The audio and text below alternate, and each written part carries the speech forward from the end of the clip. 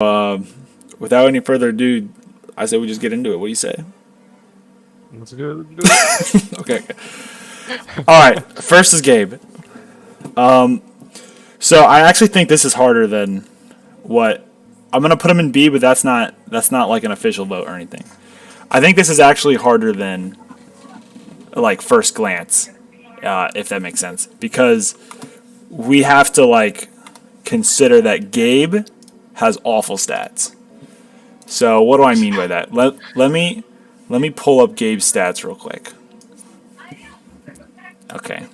So here's Gabe. Here's our stats. So you can see here's head to head. Let's go to the all times. In the all time, you can see that Gabe is number 5. But if you look at the points per game of the top 10, his points per game is second to the bottom. Only one lower is Josh Lepowski. And if you consider his like season 4 ranking, which was his most recent, Gabe was all the way down at 11. And then what was his points per game there? It is like half of what most of the players were at the top. What do you think, Ethan?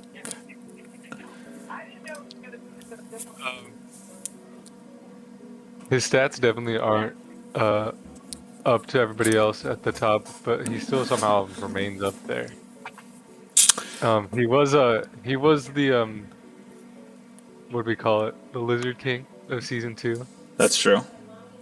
So that has to give him some points as well. And Gabe also always has the hype factor on his side. I feel like the clutch roll gene. Yeah, I'll give that to him as well. He okay, so we're using that logic, right? So we can deduce Gabe.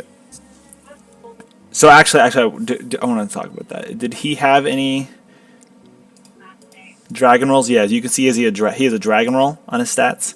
He has 2 jackpots, so he's definitely an end game clutch player. That's definitely his quota. That's the kind of player he is.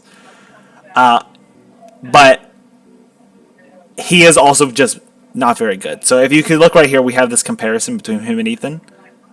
He's just for 2 players who are extremely consistent on every single stat across the board, he is losing, except for jackpots. As we said, he's more of an end game clutch player. So I don't know. I have a tendency to overtalk. I'm gonna have to put him. I would, even though Gabe is one of the big 3 and ranked 5 all time, I think his performance in the last 2 seasons has shown me that I could not put him. Wow. I mean, come on. Okay, hold on. I will say his bad performance is partially because he's playing against all tier 1 players all the time. And maybe if he played against lower ranked players, he would be higher. So maybe I keep him at B. The thing, I think I would definitely put Gabe at B, because he does have a league win under his belt, and his end game, usually his end game strategies, like we were talking about, his end game clutch gene and strategies are usually there. Mm-hmm. It's just his strategies along the way before the end usually, as you can see probably by the stats, usually don't wind up showing on the stat sheet. But if he somehow remains up in the top 5 all time without all the stats necessarily, he still wins consistently. So the clutch gene puts him in B for me. Yeah, I think you're probably right. B. It's probably B because Gabe is a knowledgeable player. He knows the game. It's just like I think other players have gotten to the place where they have like a thought out path to victory when they first start, and I think Gabe's kind of freeballing it the whole time. And you can see you mentioned deaths. Gabe has 3 deaths in how many games am I seeing here? Is this? I'm sorry, I have to games on record. 15 or no 7 in 7 games, so he dies almost every other game. So I think that's also a big thing. One thing I noticed about Gabe is he plays maybe too friendly, and maybe that's what gets him killed here. I don't know. But I think B tier. Do you have any last thoughts to say about him? You're solid. Okay. Most people aren't going to take as long as Gabe, but Gabe, he's a big player. So we have Trevor Rosworn. How do you say his name, Ethan? Trevor Rosswarn. Rossworn. Yeah, I'm gonna have to go with a D tier player. The only player to roll 3 6s, so he has no luck.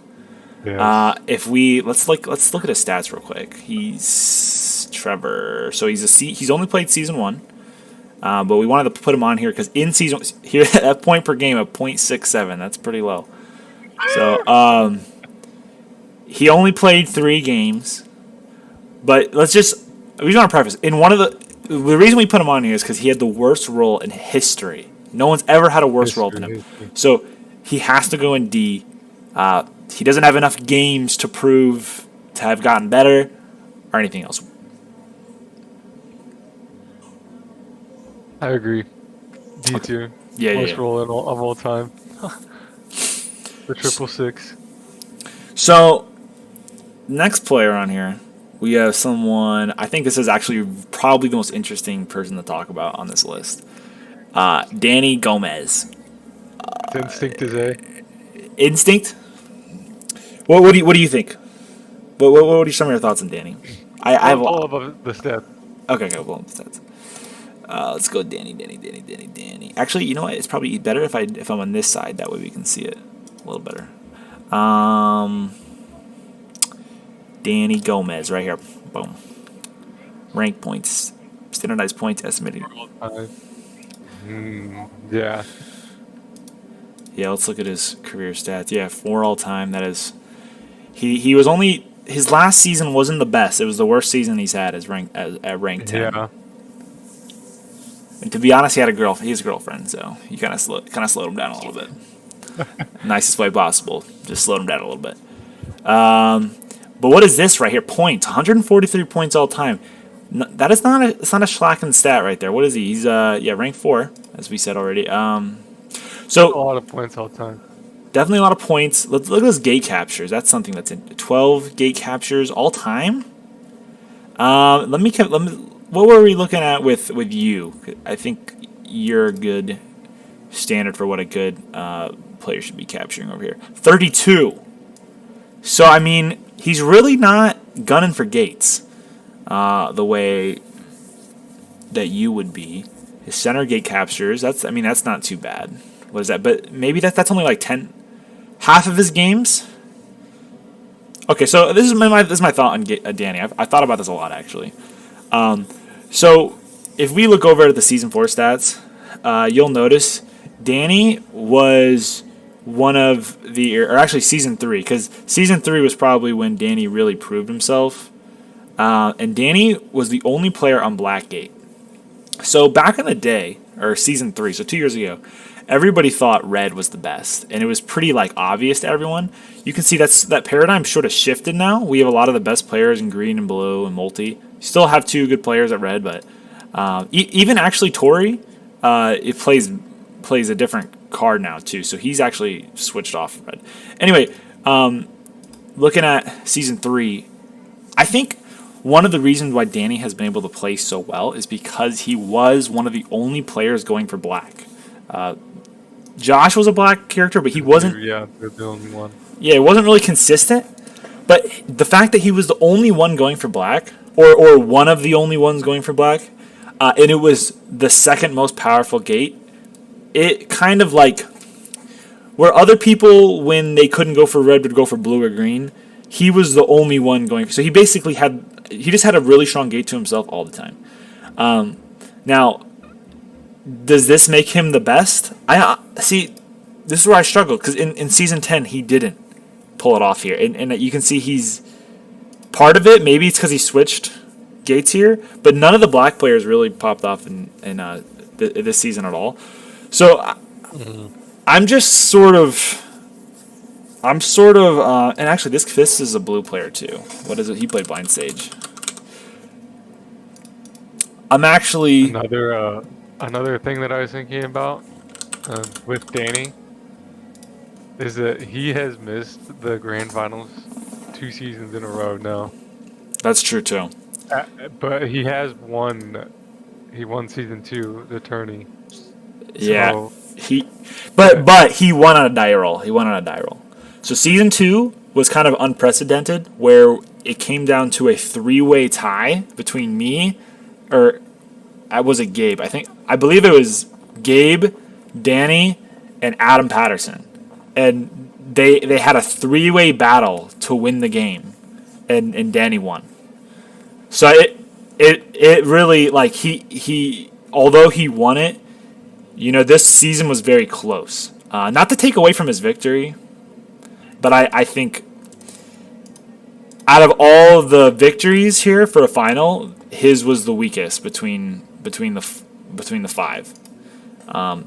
So that being said, he's still like high ranked in the early seasons. It's just this now in the last 2 seasons. So like I think I would have to give him an A rating up until now, but now that I'm really discussing it, like how we're talking about how like he kind of lucked out with the fact that nobody was going for black, I'm almost thinking like, does his strategy today? Because if we're making this tier list to reflect today, does his abilities and like skills really stand up to today's meta? You know what I mean? hmm So if he's A, then he's really low. And let's just look at the last thing. Is he higher ranked? Did he score higher than Gabe? Because if he scored lower, then I almost think we have to put him below Gabe. No, right? Look right here. Right here, look at that. They're right neck and neck. Both of them 7 games, he had 3 more points. And Gabe's the one with the black bonus. So I mean, if anything, that speaks more to Gabe's failure. So I think we're fine to keep Danny at A. So let's just before we like move on, let's like kind of want to highlight some of his good points. Danny does have good gatekeeper IQ, like as an instincts. One of the things that you'll hear Danny say more than other players is, "Oh, I had never thought of that." Like I hear like we'll make a play and he's never thought of it. So a lot of times it's not raw brain power, raw strategy coming from Danny. It's really just into it. Yeah, pure instinct. And actually, let's do a head-to-head comparison between him and Gabe. I think that would be really interesting. Okay, so yeah, Danny across the board. Look, 7-0 in performance. That's crazy. A higher higher skill per game, higher win percentage, higher KD, higher outer gate. That's crazy. Every single stat he's higher. Let's look at the last season too. Season 4. Across the board. It's not really a debate anymore. Every season he's across the board. All right, sorry, Gabe. Definitely feel bad, but A tier for Danny. yeah, we'll stay here. Okay, Lucas Miller. Man, this is a hard one. So I'm gonna hold him at A, but we can talk about. Man, this is a hard one. So Lucas, go ahead. He's had one of the most dominating seasons like ever. Season 3 was the year of the Gringo Giant. Right here, Lucas Miller. Up by 1 Probably point. the most dominating season since my Grand Cardinal season in season 1. Easily. Maybe Andrew's season this year, I guess, was pretty dominating, but like literally, let's see, second half of the year specifically was it? Because Andrew right here, he's second, he's like 1 point away, but Lucas, the second half of the season, which we played like as many games as we did all year in the second half of this season. Literally, his win percentage. What was the comparison here? His win percentage was 30%. He towered above anybody else. And then let's look at Andrew, who was his closest competitor, 7%. So yeah, Lucas. I mean, If Lucas got center, he was winning. And he almost won the finals too. He only got clutched, and he would have had a 40% win rate if he would have won the finals, which he only lost to a clutch. Now, that being said, so like we can talk about his like strategy a little bit. Lucas goes for the classic red green combo. The red green is really big. Was a really it was kind of like a early in Gatekeeper theory, something that people like were trying to do, specifically with you actually with the Dynabone, and it worked pretty well. But the Gringo Giant I think worked especially well because when you compare the original like classic Gatekeeper cards, they all have 3 positives and 3 negatives. The Gringo Giant actually has 3 positives in a neutral, so it has 1 less negative. Now, nobody's ever had results like this with the Gringo Giant regardless, so it's not like to say like it's just the card. But I have 2 things to say. Number 1, in Season 1, Juan scored 30 of his points in the Grand Final tournament with the Gringo Giant. So that's definitely something to take note of. And then let's move over to, let's see, Season 4. Lucas's, in Season 4, all the cards got buffed except for the Gringo Giant, which I mean, it got a slight buff, but it pretty much stayed the same. If I'm not mistaken, it stayed the same. And if you look at his win percentage, it dropped down to 7%. That's crazy low. That's as bad as Andrew was in the last season. So, like, you know, if it wasn't for the performance drop, I would put him in S tier. But after the performance drop, I have to put in A tier. Now, I do think he's got... Now, what do you think about him? Beat. Yeah, I do think he's got Danny beat. I do think he does have Danny beat. I think in a 1v1, he beats Danny every time. But I think... I think the... Well, what was it again? We talked about this before with the gate. I think Lucas specifically, being the second highest, like being a red gate player, was simply beat out by you this season. You basically just dethroned him and took red. Yeah. And that's a big thing. And actually, I want to do a stat by stat for Lucas and Danny.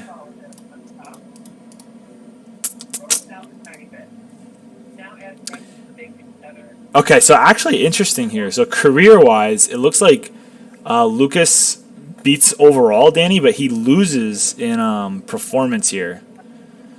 If you look at the performance stats, so why is that? If we look at win percentage, it's that Season 5 percentage really screwed him over. Danny's going to be upset if we rank him higher, but I rank him lower. But, I mean, like his stats are not better than Danny's right now. It's just that Season 3 domination, I think, was just genuinely the most skill-based, like, he had 1 slight advantage the whole season, but he still had so much competition for red. I mean, like, how many people were playing for red at Season 3? That season, a lot. I mean, there was at least 4 big players on it. And Juan down here, he used Gringo Giant too. He's a Gringo Giant player, so he like also wasn't able to do the same thing with the same card. But going back to the comparison, it's close for sure. What's the biggest? I think the biggest thing is just the win percentage drop from 7%. I think that was just really low. And to be honest, you never know. Like, we didn't play as much in Season 4, so like this right here, or where is it right here? The win percentage of actually, I don't even have to go over here. If you look at the win percentage, which is right here. Oh yeah. No, that's Gatekeeper win percentage. 1%. Duh. And then change it to Season 4. Yeah, see, set 7% to 28%. But it's the games. That's what I mean. So, like, his Season 4 games was 13, where Danny's Season 4 games was 7. So it's like 6 more games. Would Danny have won any of them? We don't really know. We don't really know, but anyway, I give Lucas the edge.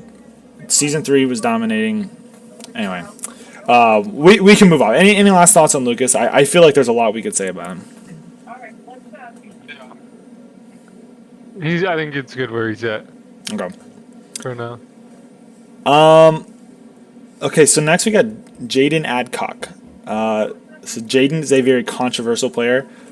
Let me actually pull him up. So this is actually a really good head-to-head. I feel like the Lucas and Jaden are sort of Rivals. rivals at this point. Now, the thing with Jaden is he doesn't play like other players. He Jaden play. If you look, if you notice. So first of all, season 4, Jaden stats stomp Lucas. Not in season 3. Season 3, Lucas stomps. But season 4. So this is the most recent season we just played. Jaden stomps him. The biggest thing I think though was the points per game, which mostly came from his gate captures per game. So where is it? Outer gate captures per game. He had double what Lucas had, and that's because Jaden is very aggressive and will risk a battle. Where higher level players generally will not battle someone because they want to have like, because we want to have like a guaranteed strat. Like we don't want to leave things to luck if we're gonna kill someone. Like we try to find strategies that don't require like any risk. But Jaden doesn't do that. Jaden just goes for the battles, and to be honest, I think it's kind of a miscalculation on the other top players' end where it works out for him, and it worked out for him in season 3 too. I think if you look at the season 3 stats, I guess we didn't keep track of it back then. But I could have sworn that.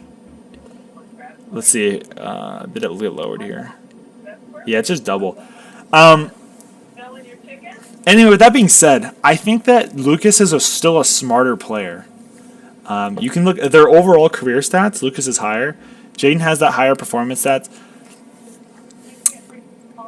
I think Lucas is still smarter and more strategic and can like do more. And I think if it came down to a 1v1, Lucas might win. But that's not to say that Jaden's a dumb player. It's just more to say that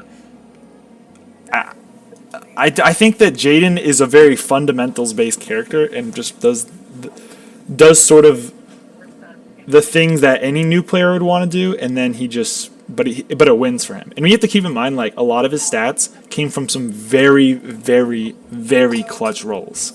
Yeah, this is literally. Yeah, that's what I was about to say. He's got the like clutch gene too. Where is it? He's also a winner, too, like, look at these wins. of a crazy clutch. Like, these two of these wins were, one of them was a Dragon Wall, and one of them was to win the grand finals against Lucas with the luckiest victory of all time. Like, literally an insane. And I think as far as season, he didn't really play that much better than Lucas in season. Let's look at just season 4. Season 4 stats, they're actually very close. 1 KD. He just captured more gates. That's just because he's not afraid to go for them. Mm-hmm. I think Lucas was in a massive, like, being around, like, you weren't here for this one, but Lucas was in a massive slump rolling his dice. Like, he would just miss, like, he basically used up all of his domination in season 3, and, he would not be able to capture anything. He just wouldn't be able to roll right.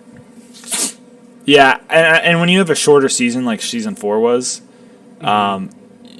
there's just a higher chance of having like bad rolls affecting you. Season 3, like that wasn't really a thing that could happen because say Andrew, who I think the estimated games for season 3, if I don't know if we wrote them down, but I think Andrew on the estimated games, like I said, his stats were so bad the second half of the season, but because we played so much in the first half of the season before we started recording this stuff, he managed to stay up. So it's like, I think we didn't play enough to mitigate slumps like that, and I do think Lucas was a victim of that. So that being said, him against Danny. We already put them.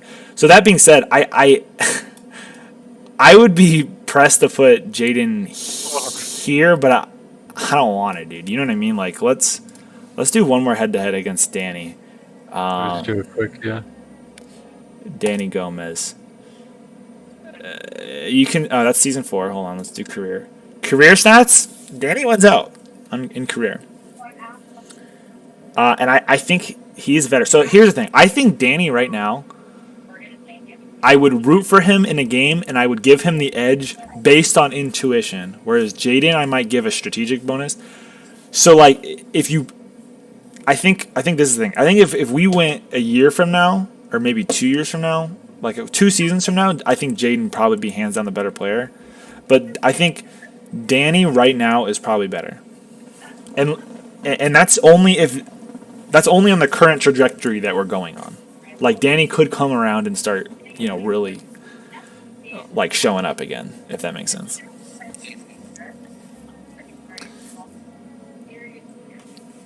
So I think I'll put Danny right ahead Jaden. And man, I don't know, but these are all A tier players. So like these are all players that if you're a new player, like they will crush you. Like, so it's not like it's something to like. I don't even know how to say. All right, let's look at Josh.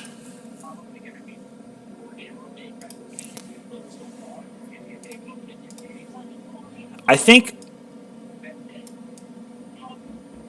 I don't know if you what kind of thoughts do you have in Josh? Screen is fuzzy right now. I can't see. Sorry. Stat wise, Based on, go ahead. I don't know. Based on like performance and what I know, he's one of like the OG players, but I feel like Josh is just kind of like a straight down the middle. Like I can't really see the stats though. So. Stat wise, career wise, so he's got a pretty bad points per game. I think that's the biggest thing. Now that's just estimated though. That's estimated. So his estimated points per game, where is that right here?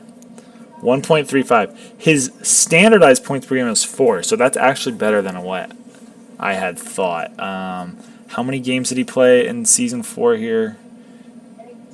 Did he only have 1 game on record in season 4? That would explain why that is the way it is. And we didn't have standardized points in season 3. So I don't think this is a good trait to go off of then. But the other things, it didn't even matter because who are we comparing him to right here? Jaden? Yeah. There we go. I think... So one thing about Josh is he's never really had a core strat. Yeah, he's never had a main thing that he goes to every time. He's always switched it up. He's never been able to stick with a strategy or even like think one through a lot. In the past, Josh was kind of the guy who we would kill because he was an easy target and he kind of made himself an easy target. He like was never really threatening, and we're talking early seasons right now. But season 3, season 4, I'd say that Josh has become sort of a worse version of Danny, someone who has a very good intuition, but also doesn't have the he also doesn't have the strategy.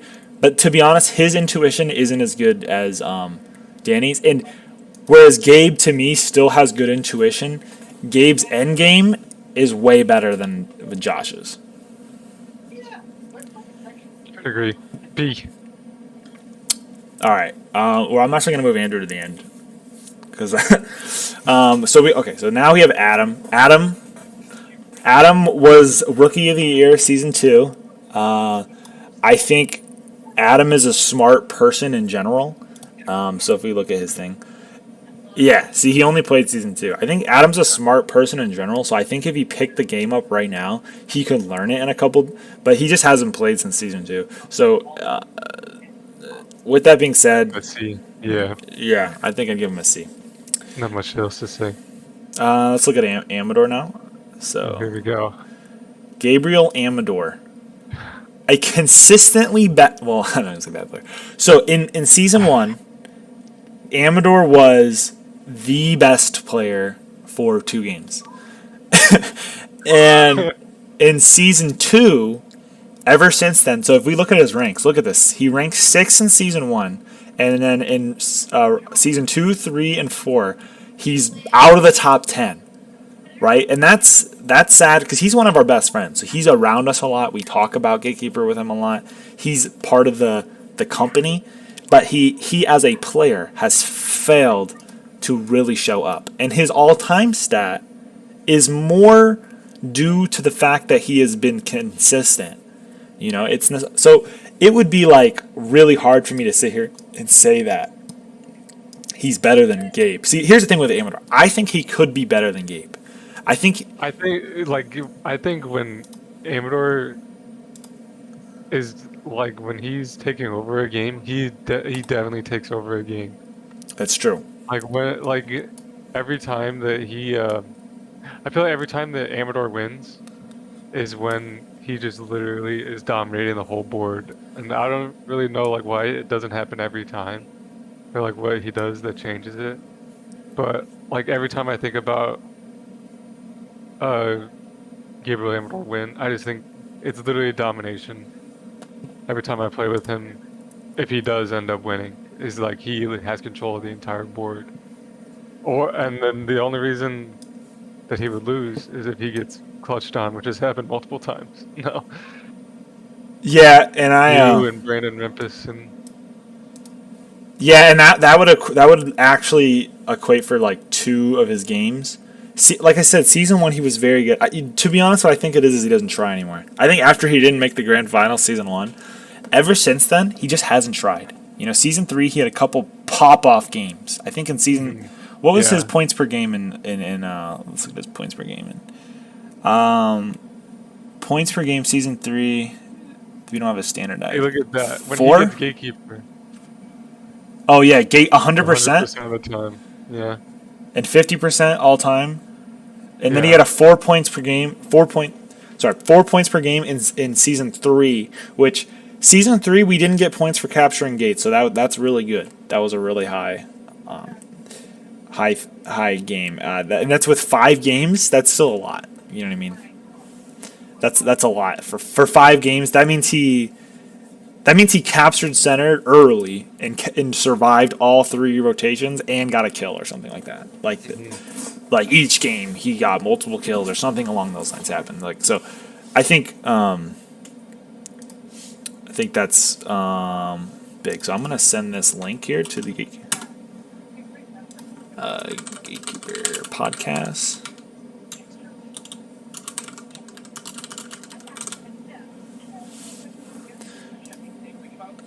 Hold on, I'm just testing see if we're making sure that we're actually live right now. I think that's okay. Sweet, we are. Okay, so with that being said, let's move on to. Oh yeah, we didn't even rank him though.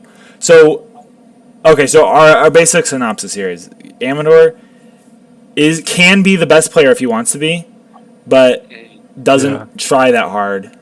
And therefore, and statistically he's even with Gabe Frayne. In fact, but his statistical performance, he's way above. That means so when Amador is actually playing, he performs way better than Gabe Frayne. Yeah, strategy is definitely there. So I had actually put him 1 above Gabe Frayne. Or maybe 1 below. I'd probably no because 1 below. 1 below because Gabe's made every grand final. So at least Gabe, when it matters, he makes it. When it matters is always there. That's true. And Josh has only made 1 grand finals, or has he even? Yeah, he made 1. So I think that's fair, and I do think Amador destroys Josh given the opportunity. Austin Kalmar, we don't really the Birdman. I actually just want to look at his stats. Who's the Birdman? Not him, not me, dude. I'm not the Birdman. Look, this is compared to Gabe Frayne, who we already talked about in bad stats. Gosh. Yeah, Austin Kalmar may be a gimbler. Hold on. Let's look at season 1. Season 1, we didn't keep track of many stats, but he still got outperformed everywhere. Yeah. Okay. So Austin Kalmar. Yeah, we're gonna have to put him in the Gimblar zone. All right, let's talk about the one and only Dynamo. I'm gonna let you go first. I can't rank myself, dude. Are you kidding me? Yeah, well, why don't you talk about what you think your strengths are? What do you I think don't your know. strengths are? I feel like I've always had a solid strategy going into games. I always think about it before I go in. Um, I uh, what else? I don't know. It's hard to evaluate myself. I think when I think about, and I just realized I don't think I am on this list here. So Is I'll am I on is this that not you right there? in the yellow? Yeah. That's Gibby. Oh. I'll rank myself at the end. So we'll talk about we'll rank myself at the end when we rank my brother. But let me see here.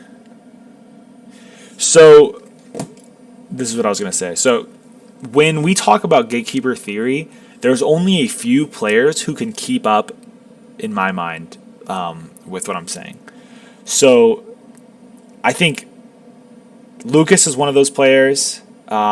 Gabe is one of those players, even though he's in B tier, because it's his application and his ability to remember. But like when I talk about the theory, he does understand. Danny understands but doesn't use. My brother, but you and I have come up with game-changing theories. Yeah. Literally meta-defining moves that are now standard. So I would definitely say well, we might need to create a new tier, but like as of Oh, right now, I think you're an S tier player. I think the stats are consistent. I mean, like let's like I'm. Yeah. like who are we comparing you to? This is you against Gabe. This is again, this is Gabe is a top 5 player all time across the board. Performance wise, an absolute dump truck. Let's compare you to Lucas actually. That's a really good comparison because Luke as we talked about Lucas being as your brother. Again, across the board. Overall, it's a little closer than with Gabe, but your performance stats are still better. I think your strong suit has been that sort of mid game, second gatekeeper player. And the one thing that's interesting about the way you play it is you don't really go for the jackpot. Whereas like players like Andrew try to play a late game with the green gate. You'll kind of sit there and try to sit on. You'll try to bait someone in the center. I feel like is more likely, or you're a little bit more opportunistic.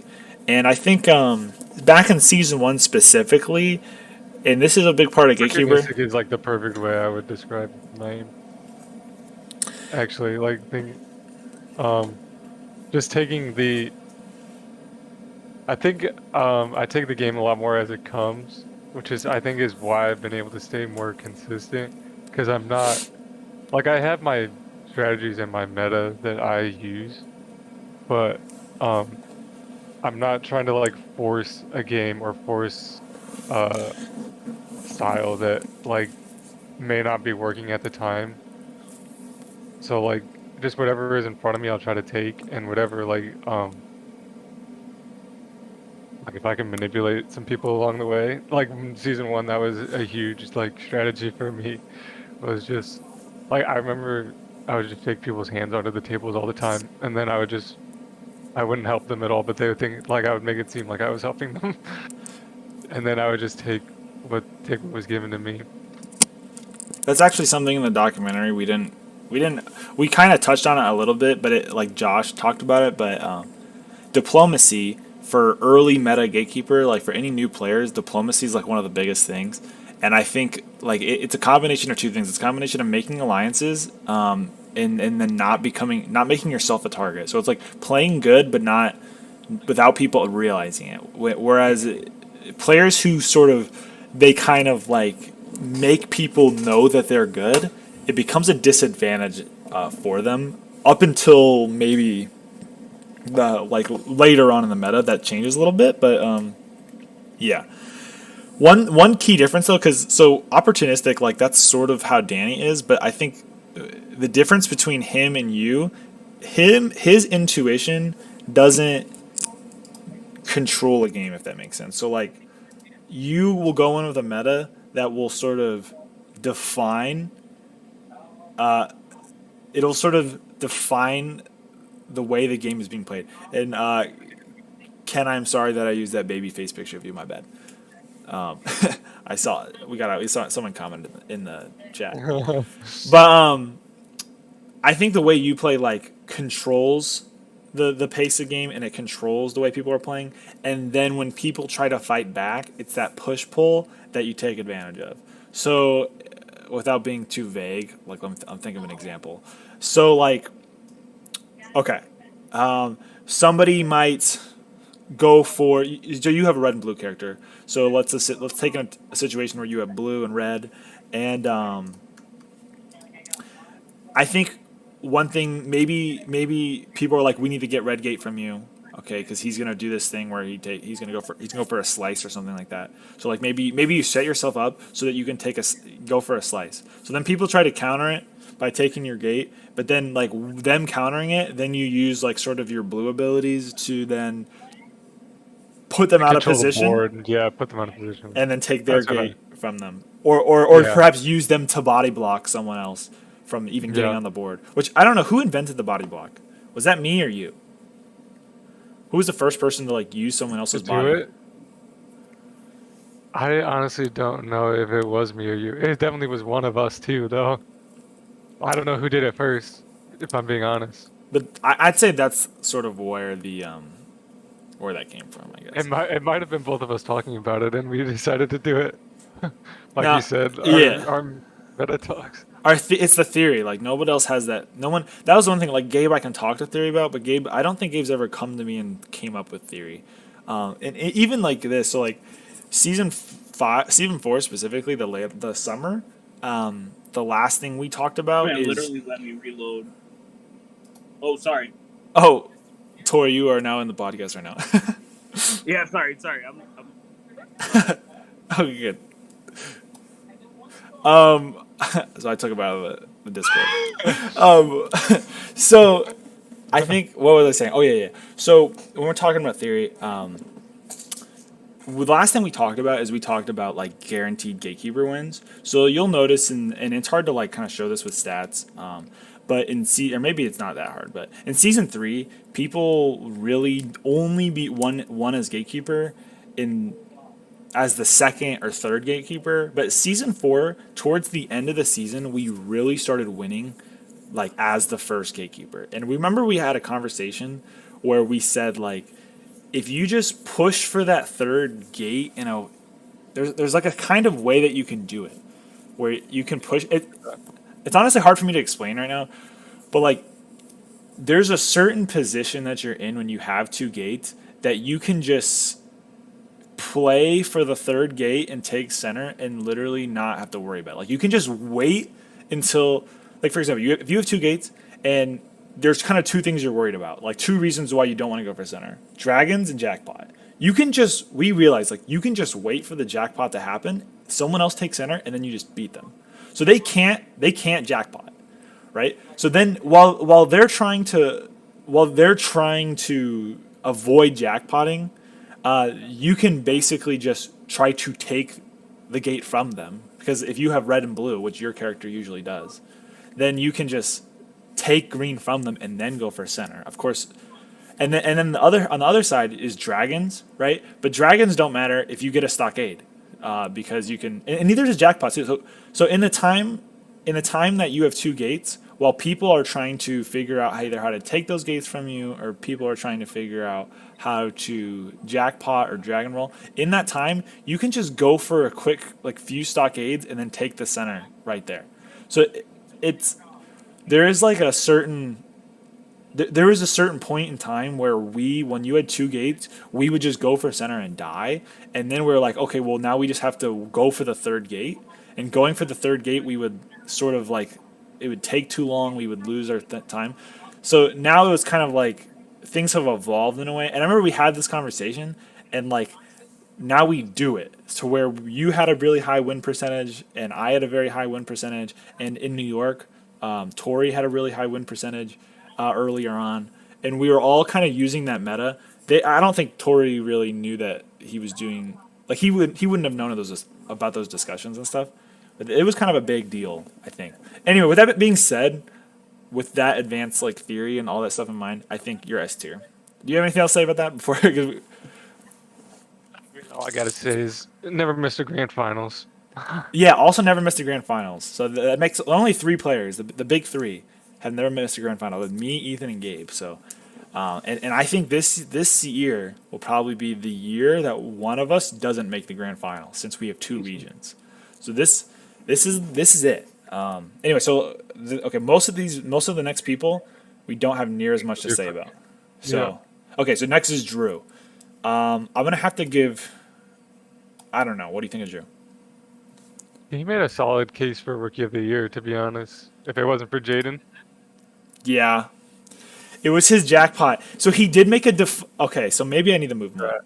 The I jackpot, think it's B. the jackpot kill meta was, although we kind of had already theorized it, we don't play green. He invented that, where he would get to 20 health with green and then go for a kill, and that was how he would win every game. So every game like so it was kind of I don't know. There was just a certain way he did it with the jackpot and like the way he played green that I think Andrew, my brother, ended up taking from him and improving upon. So Yeah. not that Andrew would have thought about. I don't know if he thought like, oh, Drew's doing that, but Drew Moreno definitely did that, and I think he showed that Green Gate was a bigger threat. So and if you go back to season 4, so this is something that is big. Season 4, we had 2 really, actually one of these guys are from New York, but Andrew playing green as the only player in green, and then Drew all the way down here. This is what I'm saying. Like this is the influence. Like before, I think in season 3, Drew really pushed the green meta. He did. what did Andrew playing? Andrew played multi. He played a multi-gated character back then. Drew pushed the green meta. He was down there. He was pretty low on the leaderboard, but yeah, I don't know. So that being said, I'm gonna keep him on B, and I don't think I can put him as up there as farther than Josh simply because of intuition.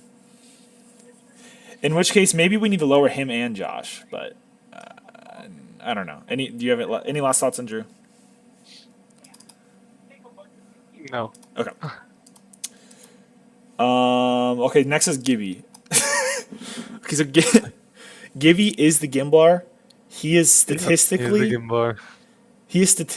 like the worst player to ever play Gatekeeper, but Gibby was just a joy to play around. Look at this. Yeah, he was. Look, I mean, how many games did he play? He had estimated 23 games, but he's ranked 21. Like most people with estimated 23 games are in the top 15, top 10. But he I don't know, like this. He was ranked 31 in season 4. He's ranked 24 in season 3, ranked 10 in season 1, and that's only because he made the grand. He played well in the first game of the semis. Tournament. Yeah. Like he played all season, and all his points came from one match in the One semifinals. game, yeah. So Unprecedented.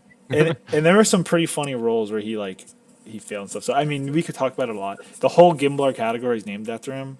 So I mean, He's the Gimbler. he is the Gimblar. So but like there's honor to it. There's some honor. Yep.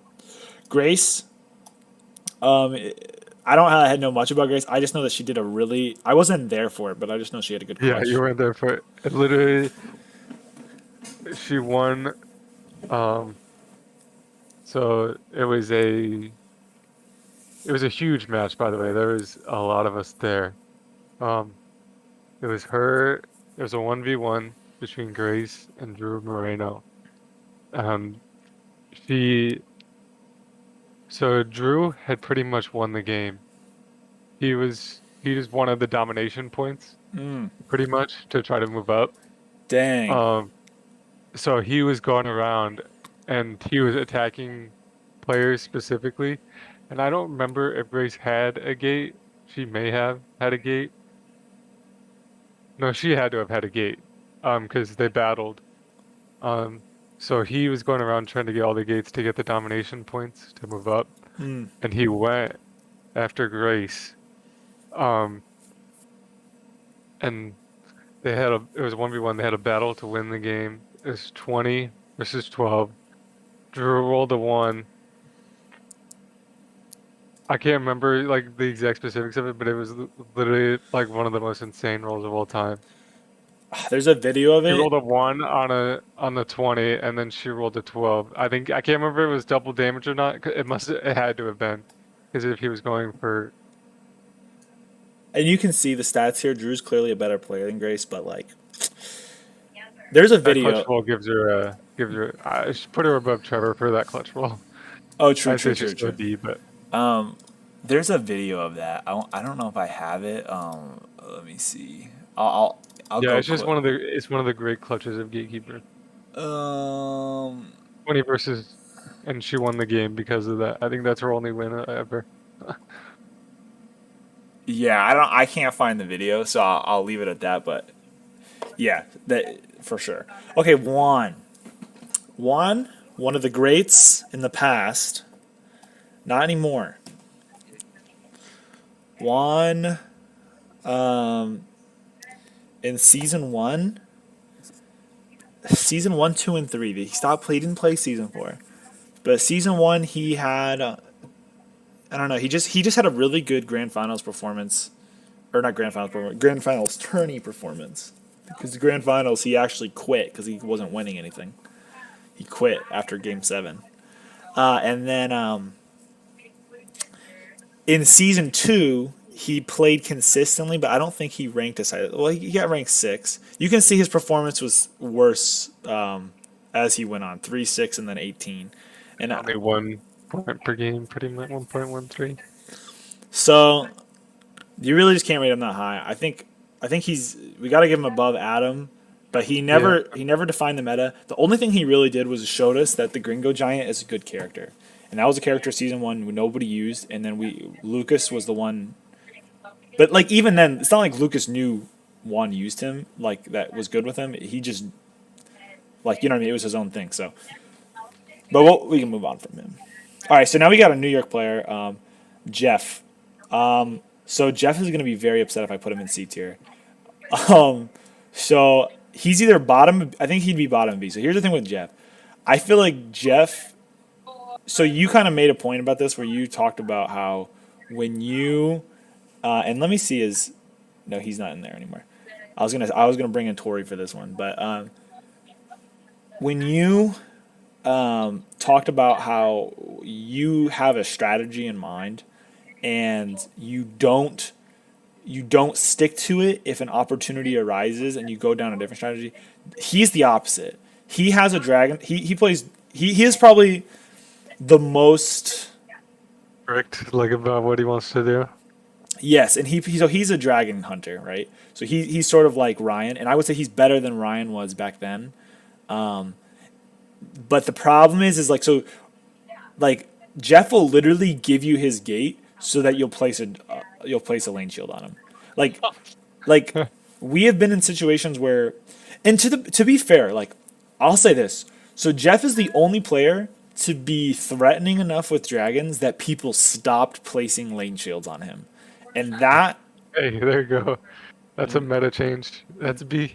So I'll give him a B for that. And I think that if Jeff cleaned up his. Like, I think if Jeff thought a few more turns in advance, because Jeff, even though has the dragon character, like, he doesn't. I could never give an A or an S. I've never seen a double dragon turn in from him, which is standard for higher level Yeah, players. yeah. I don't know if any of the B tier players have ever done a double A dragon double turn dragon turn-in? I don't think so. other than Gabe. But he's never Yeah, done a DDT. He's never done. He's never. I mean, so he's never done a DDT with an Eldsman Tower roll, and he's never done. I mean, I don't know. Let's see. How many dragon rolls did he get? Let me look at. I know he had a lot of dragon rolls. A B C D Jeff Wilson. Here we go. Boom. Dragon rolls. 6 dragon rolls last season. So that's a lot. And he had 4 wins. So I mean, And then if we're looking at his stats here, let's compare stats to say mine. I just wanna know. He might even. Yeah, it looks like I win out in the stat department. He actually wins out in performance stats. Why is that though? What did he do specifically? His win percentage was slightly higher, I think, because he played less games than me, even though we both had the same amount of wins. I actually had more wins than him, but just more games. And okay, so here's what I think it is. So where's average rotation survive? Maybe is that? Let's go season 4. Okay, no, in season four, no, that's right. In season 4, I outplayed him.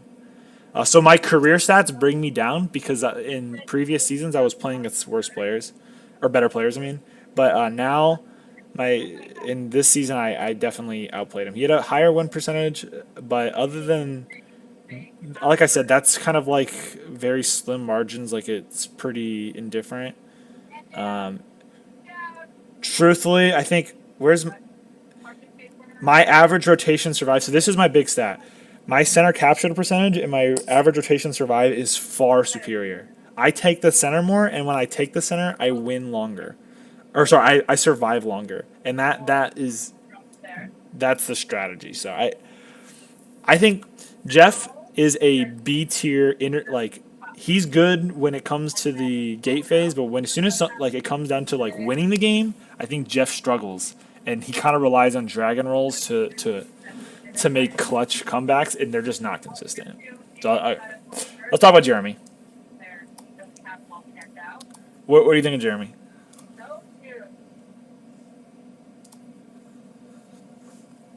Can't see. Statistically, Jeremy's probably a C.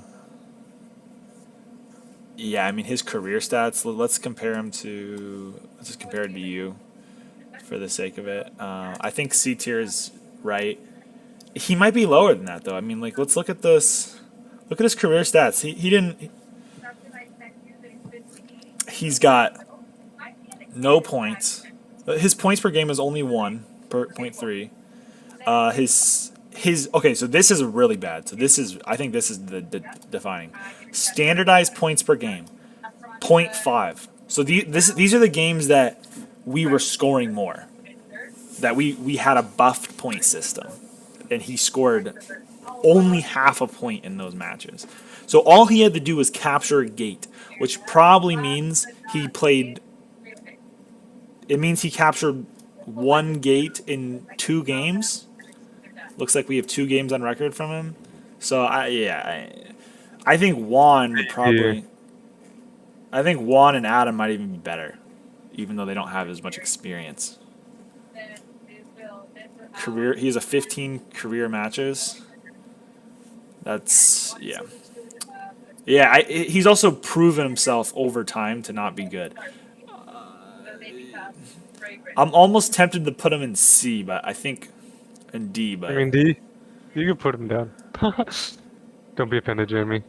I think we almost need a new row, because I would never put him in the same place as like Trevor. And let's make this D, and this is F tier. Okay, all right. Ken, so you don't know Ken, so I'll kind of go over this. Ken, here's my thing with Ken. So I know he's like he might be listening right now. So the thing with Ken is that he is a little bit impatient. He plays with the strategy cards, and he doesn't. I would say that he doesn't think as far. I don't think he has. I don't think the cloth has come. How do I say this? There are certain possibilities that lay in front of him that he misses. Whether they be kind of deeper, I think usually they're a little deeper. They're not as obvious to him, but I think he could be really good, like probably insane. Now that being said, he won the grand finals in New York. All right, 2 games in a row, and that was largely due to good rolling and having a better. He had a really good character pick track. So actually, I might give him a higher rating because of this. In the grand finals here, right? So we did a character draft. So we banned the characters and we picked characters. So the first thing we did was we all picked a character. So the rule is if you won with a character, you couldn't use that character in the second game, and you needed to win 2 games to win the tourney. So he picked his standard character, which is the Eldarian, which is a health, jackpot, endgame based character. The second character he picked was Kang Admi, who is a fast-paced gate, like red gate focused character. Now, there's 2 things that were good about this. Number one, he did something. There's something specifically smart about the Kang Admi, but he used Kang Admi first, and this was the genius part. So he used Kang Admi first because number one, because nobody had red gate characters, because we have a very strong blue and green and black. Like everyone likes those characters here. Nobody really plays red, so he played red and he was able to monopolize it and take the center, and he won the game. But then the thing that was even smarter is his main, who is the Eldarian. He didn't choose him and left him for the second game so that when people would focus on him because he won a game and try to kill him and take him out, that we couldn't kill him. And it actually kept him alive long enough to where when we did have a chance to kill him, we started to question if we really needed to kill him. And we said, why we don't need to kill him because, well, you know what I mean? We can just I'm not going to waste damage on him when I can do it to someone else, is what we thought. There's no way he wins. So we kind of allowed him to live, but we only did so because his character gave him enough time to make us doubt whether or not we needed to kill him. So then he ended up winning game 2 as well. So his character pick strategy was really good. Really, all I can say, and I can say I kind of am talking more about it because this is more fresh in my mind. But really, his biggest shortcoming is just bad rolling. Which is it can happen to anybody, and he just misses strategies on the board where other people I think can see a turn or two in advance. With some of the abilities, he kind of misses that sometimes. Like last game, he could have gone for black. It was at 1 health, and he was just very focused on getting green or something. I'm sure he'll correct me after this. He said he was hungry in the chat. He said he was hungry, but overall, because of his character pick strat, he's definitely better than Jeff. I think he's pushed the meta more than Druid has, and when it comes to, let's look at his stats right now. I think he's above. I think we've played enough to where he's as good as Josh or better than Josh. His performance stats are already better than ours. Now, that being said, a shorter season. Yeah, shorter. Stuff like that, but who was I going to compare to? Josh Lepowski, yeah, I think 6 overall. Yeah, he went for blue is what he said. He went for blue instead of black. Yeah, he just overall has played. The only thing he doesn't is he's not ranked as high. It's just that's it. Other than that, he's ranked higher in the current 2 seasons, the next most recent season. So I'm gonna have to put him above Ken. Above Josh. I'll put him above Gabe Amador, but I'm not gonna put him above Gabe Frayne because Gabe Frayne has proven himself in 3 grand finals. Ken has only won 1, and he won 1 that he was in. So maybe I should put him above Gabe Frayne. I don't know. I think Gabe Frayne probably has. No, I won't. I won't because Gabe Frayne has a better end game. That's just what Gabe Frayne's strength is. His end game. Okay, let's go to Keith. Keith didn't play. Honestly, Keith isn't that bad. When I just didn't play much. I give him a D. When I watched the grand finals over again, he did not play bad. I'm gonna leave it at that. Yep. Sounds good. Because we'll just try to get through to and talk more about the main players. Okay, so we got Mason. Mason, Man, Mason probably a C tier, bottom of C tier. He played fine. I just think Mason, as soon as someone countered his first thought, as soon as he got stuck behind the lane shield, didn't know what to do. He's just done. And I think that's a big thing. Is like if you're stuck behind a lane shield, you don't know what to do. It's hard to, like these two players. Like once if they're behind, Figure it out. yeah, they figure it out. I think once you're in D tier, you're not getting out of that. And because of that, I might even put Keith out because I remember Keith was making some moves in the grand finals. He even won one of the matches. So he was getting out of He's a C. the hard stuck Keep the position. C then. So yeah, so we'll have to put Mason at D. He might be behind Keith in C. I like that, but I don't know. Okay, Papa Slood. Papa Slood could be the best player if he wanted to. He hasn't proven himself. Gabe Frayne only made it in the big three because Papa Slood couldn't make it. I would. What do you think? I don't know. It's hard to rank him. Yeah, he's only played one season. He played one season. He's played a lot of.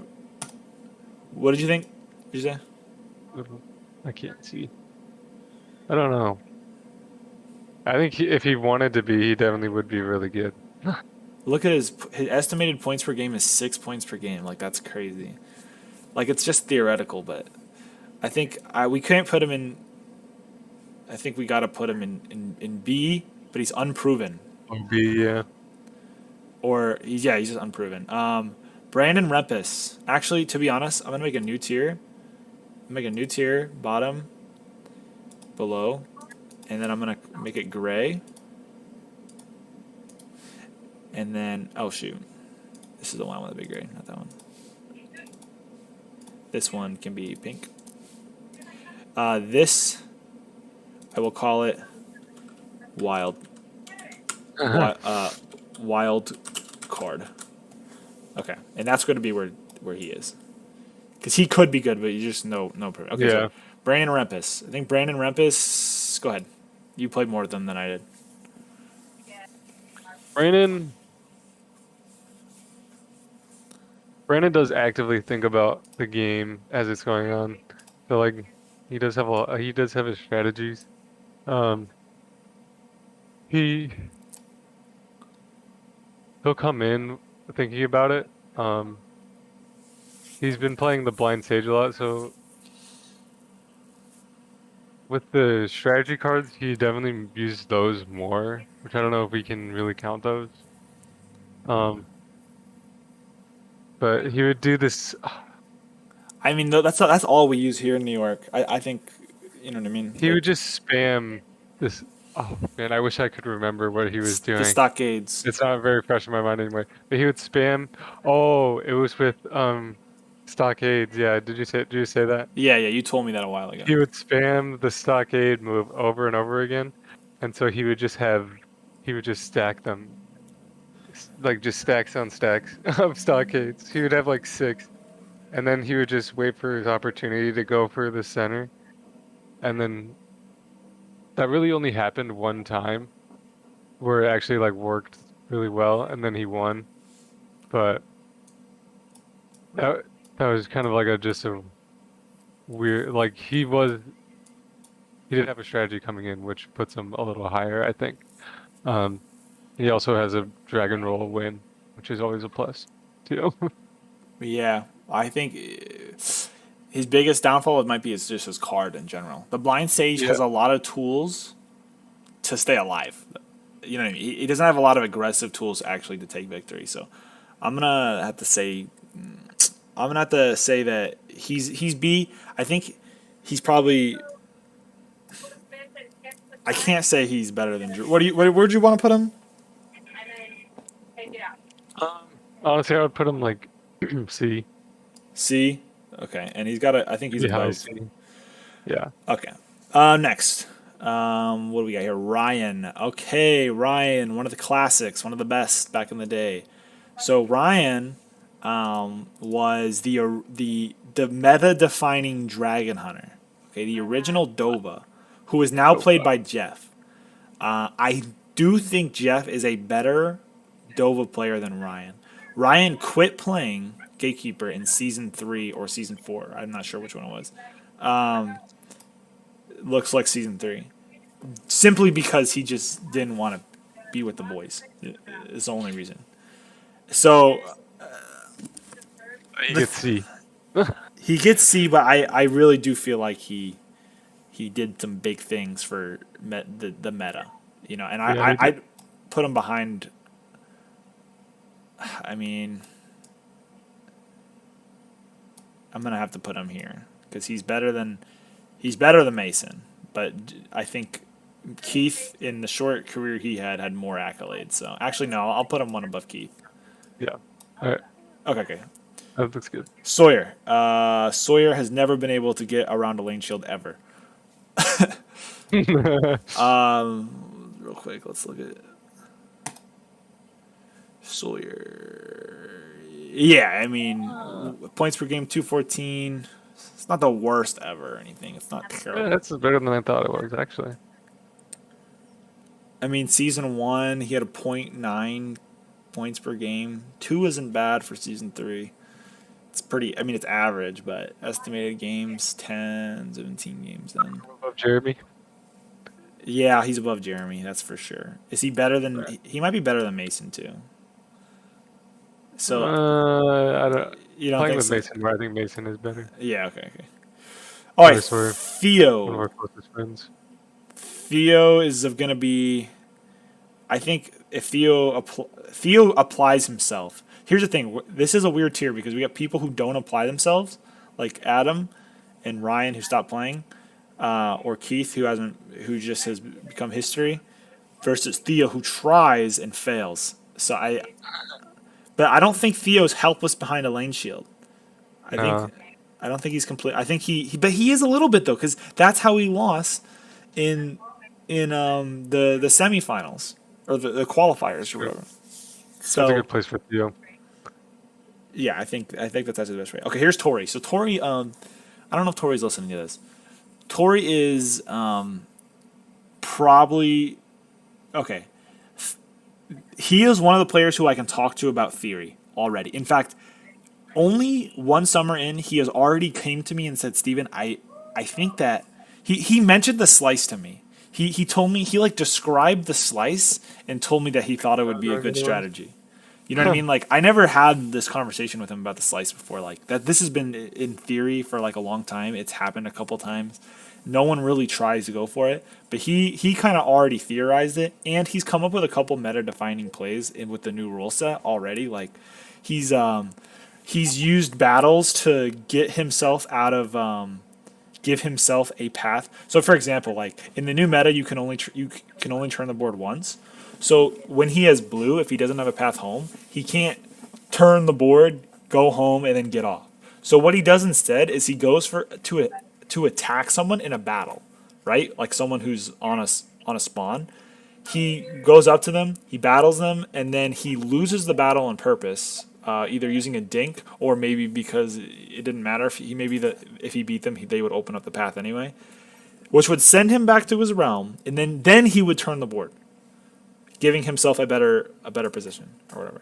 So it was really crazy to watch that. And then he also has revolutionized body blocks. He has been the biggest. So we invented body blocks, but he has taken body blocks to another level. To where point is if he has blue and you're attacking somebody, you will be used to body block someone, guaranteed.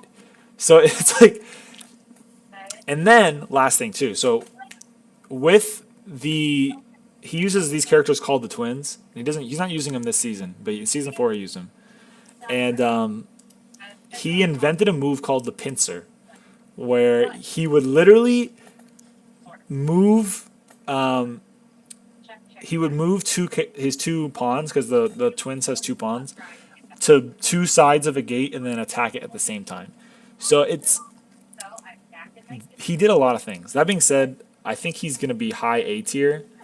And I'm going to put him... Jaden. I'm going to put him in front of Jade. It's hard to... His intuition might not be as strong as... his end game's not as strong as Danny's.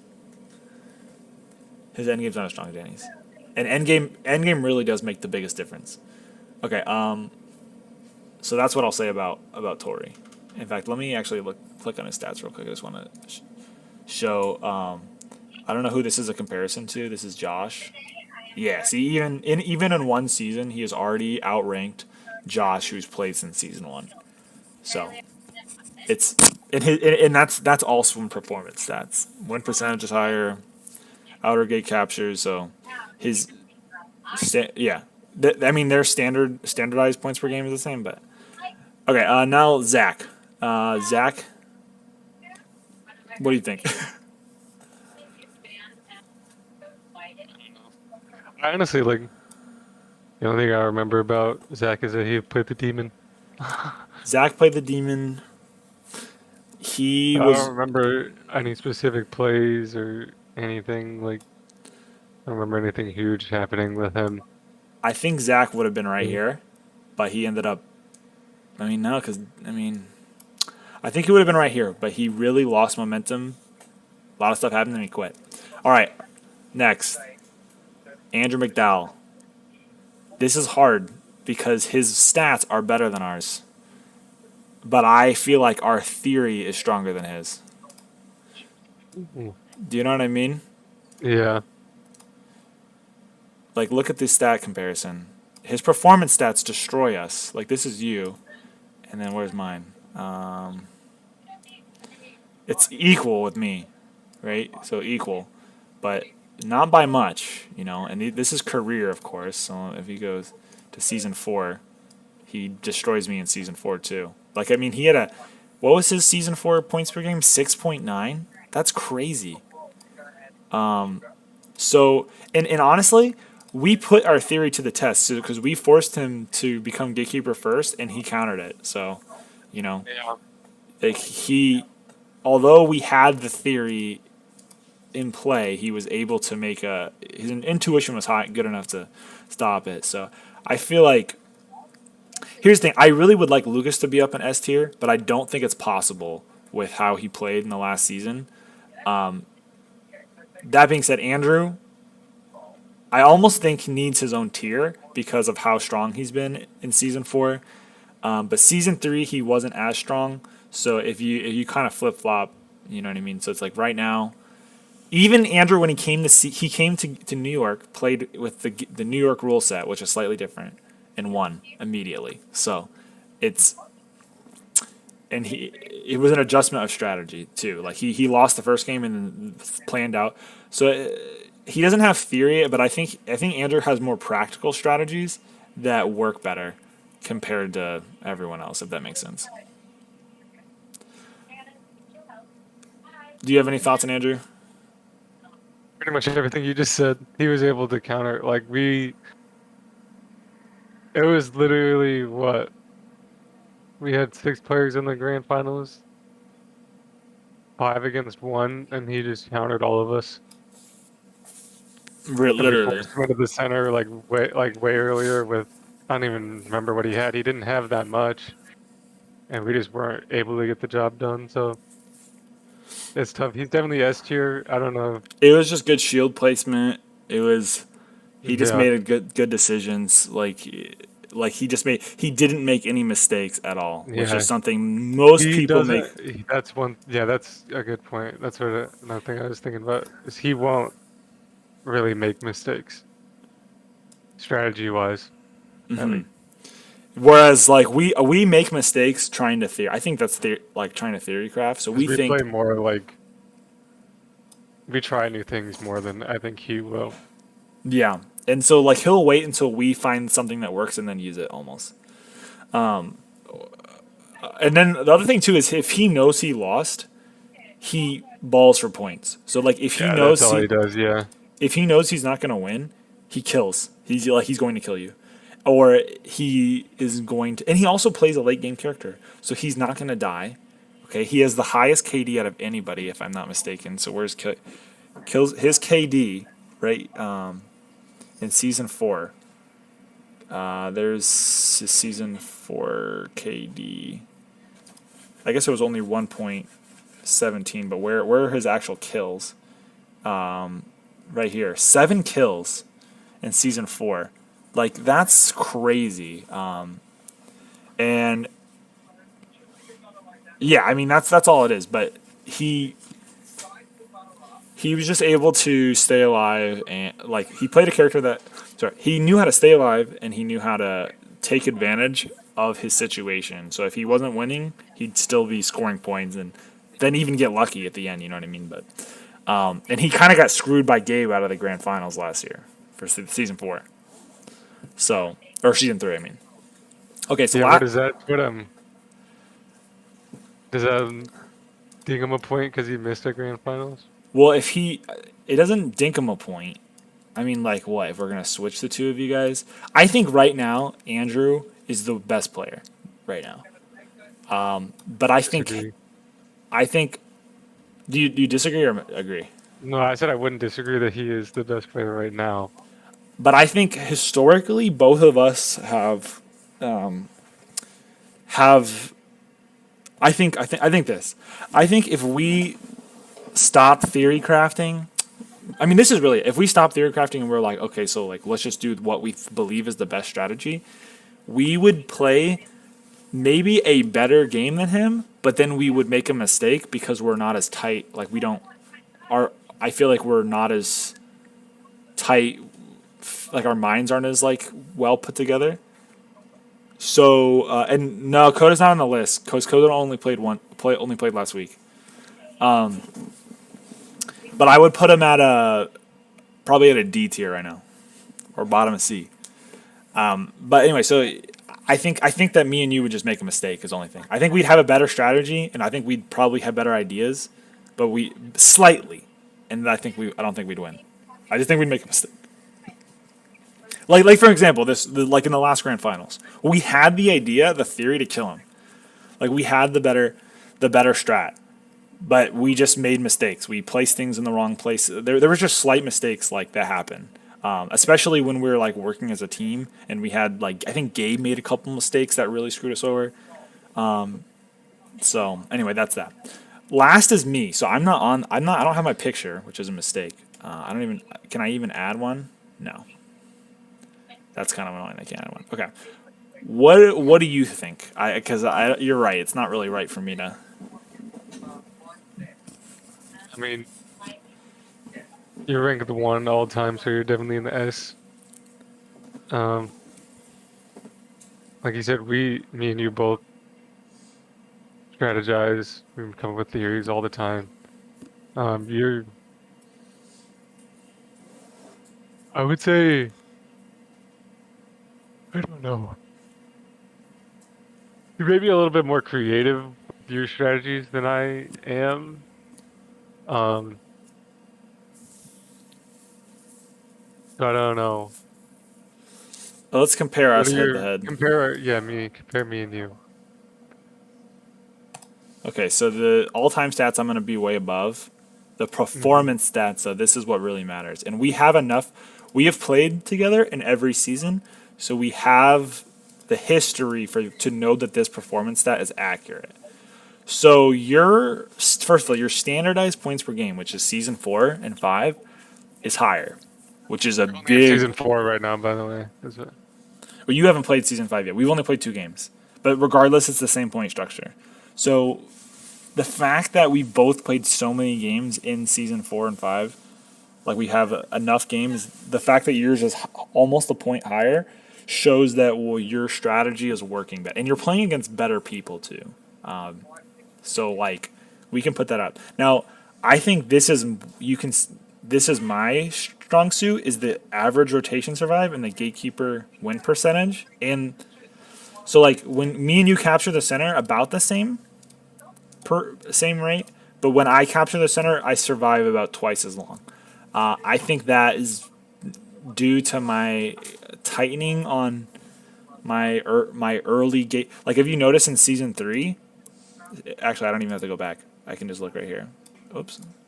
If you look right here, season 3, which one is it? It's center. It's average rotation survive right here. Season 3, I survived less than a rotation every time I captured center.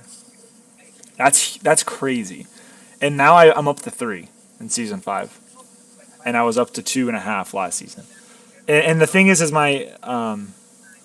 my capture rate has gone down, but this is because I've tightened up my like season 3. I was doing a lot of experimenting, trying to figure out what are ways that you can capture center early on and win. And back then, like I said, it was a lot of late game victories. As you can kind of see from your strat, like your points, you win more than I do, but you have a I guess my win percentage is higher than yours, but you in general, you have a higher score base, and you just don't get the victory as much. Is pretty much what we're seeing here. It's like you score more in the game, but then when it comes to actually like closing the game out, it's like I have a slight edge, and I think that edge is due to me in season 3 having experimented so much and losing so many games with early game victory that now I've been able to pull it up to where I'm surviving almost 2.5 rotations every time as Gatekeeper, which basically means like if I were to become Gatekeeper, the second Gatekeeper, I'd win every game, almost. Like that's kind of a big deal. And I had a 71% win percentage as Gatekeeper, so it was like it goes as follows. And even in the game season 5, like I've only out of the 2 games when I became Gatekeeper, everyone was still alive and I won. So at least I think that's accurate. So I think that you are a slightly better. I think what it is like I am slightly better at edging out the victory, and you're slightly better at playing the board in gate phase. And I think that kind of comes down to the opportunistic play style that you have, where if you see an opportunity, go for it. And like for me, I'm definitely more on a set strategy where I think like, okay, this is what I'm going to do to win the game. And I think things very systematically like that. And if my strategy is going to change, I'll probably lose. But when my strategy works, which as I've kind of like been trying to get to, is that I have managed to get to a place where it does work quite often, then I win. But it's just like getting it to work that puts me behind, where it's like you're gonna get points even if your strategy doesn't work because you're just playing with a more open-ended play style. So I do you have any thoughts on that? I would agree. Pretty much. Like, it's definitely just. I think I'm more willing to make adjustments in the game while it's going on than you are. Yeah, definitely. Which is why I probably score more points than you throughout the game. I mean, what did you have yeah, you like have you a said, higher you're able to close it out more. And I think the rotation survive thing is just because I generally don't go for it. Like we talked about earlier when we were talking about me, I generally won't go for first rotation Gatekeeper. Like I try to bait people into going for the first one. and you're always there at endgame. Like the last rotation, you're always alive still. I've and you don't play a character that has health either. It's really through. Oh, I never die, really, ever. It's really Like just through how many times have I died all time? I think it said like 4 or 5. all time deaths 5 in your whole career. Yeah. That's that's not a lot. And what was mine? Mine was 6, so mine's not that much higher, but I still think. I mean, but you've never jackpotted. You got more dragon rolls. Yeah, there's definitely some interesting stats here. Oh no, this is just season 5. This is season 5. Deaths all time. You've only died 5 times. Yeah, and I've died 7. And this is the 1 or 2. This is the GOAT debate, basically. But I'd put myself pretty much tied with you, which I can't. Obviously, don't have my picture. But that being said, Andrew's the best player of all time right now, and I think are there any players on the up and up that we believe are going to make pop offs in the tournaments this season?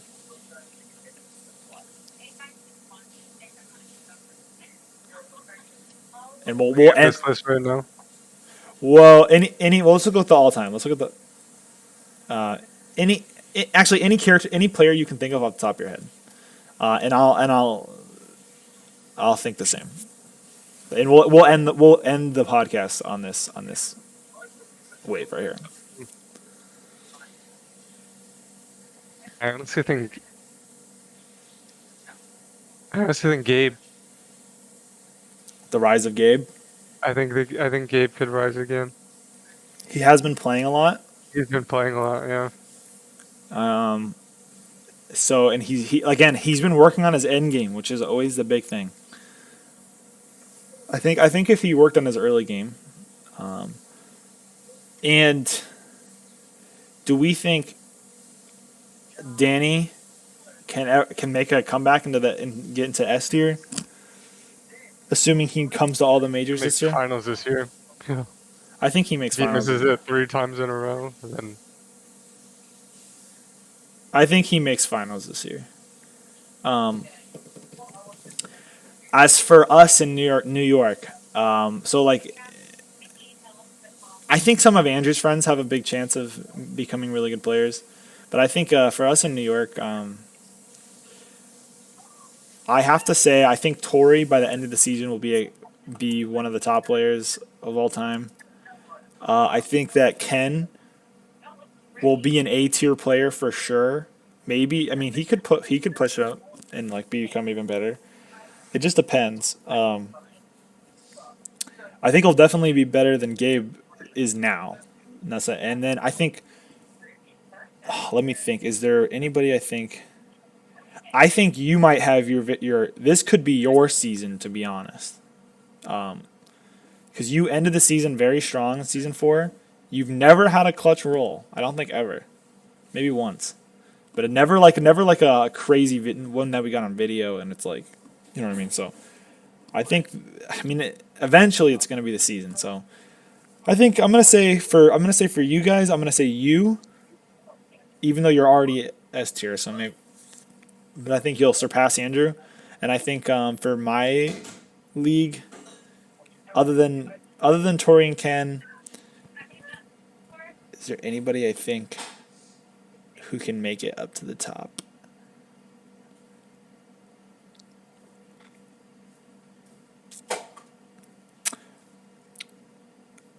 I have a coworker who, if he comes and plays, I think that he could be one of the better players. But I think as of right now, I do think Tori is the one with the best theory, the best strategy, and I think his worst part is his diplomacy. I think his diplomacy is bad. If he gets his diplomacy better, then I think he wins. All right. With that being said, that is the Gatekeeper player tier list. This took way longer than I thought it would, but next week we will have maybe we'll like put like a time limit on things and stuff like that. But we will have a guest on our show next week. I don't know who yet. I don't know what the topic is, but we'll try to get a guest on the show, and we'll try to keep it down to 30 minutes to an hour. Thank you to anybody who's listening or anybody who watching the VOD makes it this far. And anything you want to say before we go, Ethan? Thank you for watching. Thank you for watching, boys. That's the risk of Gatekeeper.